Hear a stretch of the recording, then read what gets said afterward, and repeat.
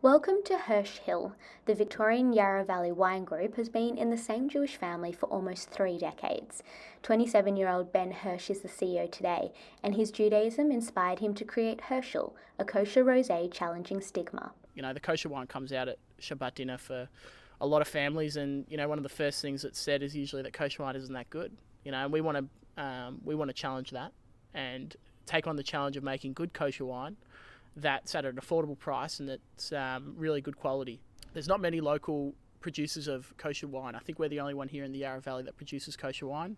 My family's been around in the Jewish community for over 50, 60 years here in Australia, and we feel really connected to the community. To give back to the community in our way, in a fun way, at Shabbat dinners over a glass of wine is something that we're really proud of.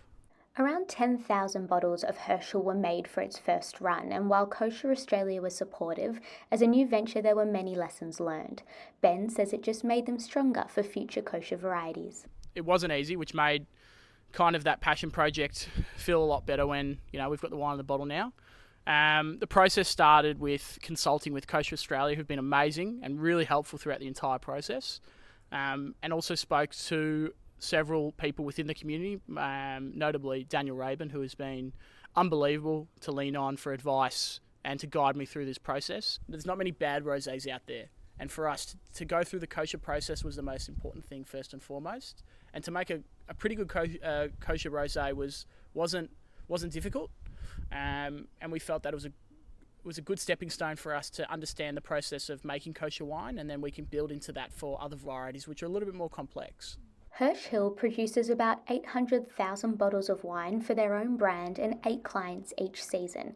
It's all overseen by chief winemaker Peter Mackey, who's worked around the world, including alongside kosher winemakers in the south of France. Kosher wine is basically the same winemaking process, but the wine's boiled. Some organisations work with 80 degrees. We had to work with 87 degrees this year. I think making wine in general has its challenges. You've got climate constantly beating down on you.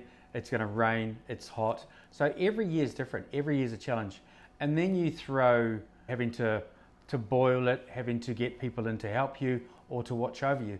So there was a challenge within the challenge. I think making the rosé was the best thing we could have done. It's actually set us up going forward.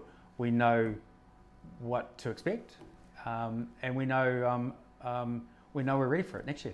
Overall, Ben and Peter hope Herschel shakes off kosher wine's stale image and injects a bit of fun come Shabbat. So we made the kosher rosé out of Cabernet Sauvignon. So you can make rosé out of any red variety. It's just you're pressing the skins, and there's colour in the skins.